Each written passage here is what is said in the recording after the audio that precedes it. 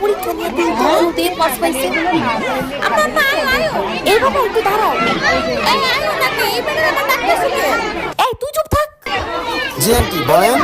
বাবা তুমি কিছু মনে করো না, কোন ক্লাস পর্যন্ত পড়ালেখা করছো? এই বেটার পড়ালেখা দিয়ে তুমি কি করবা? আমি তো আছি তোমার শিক্ষিত মাইয়া। এই তুই চুপ থাক, বেশি কথা বল। হ্যাঁ এমন অভদ্র কি? হ্যাঁ আন্টি বাংলাদেশে পড়ালেখা শেষ আমার।